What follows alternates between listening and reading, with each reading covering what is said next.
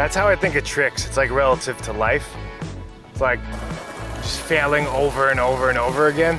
That's a muscle, you know? So just constantly breaking in that muscle helps with life. It's like starting a business, you know? You try one idea, try another. I mean, if you could do this over and over with the physical pain, it kind of makes everything else much easier. That you've lied about.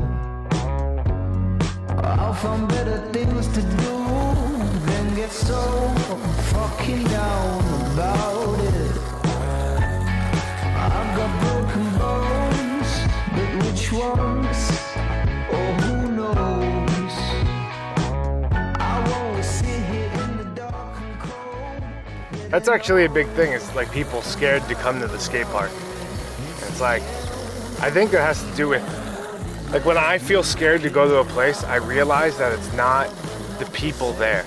Like you feel like they're gonna judge you or they're better than you, and it's really, I feel like I've learned that that's me. You know, that's me being scared and projecting that onto them and thinking that that's how they're looking at me. But once you say what's up and break that ice, it's like everyone's just down to skate and hang out and talk, you know? All you want is my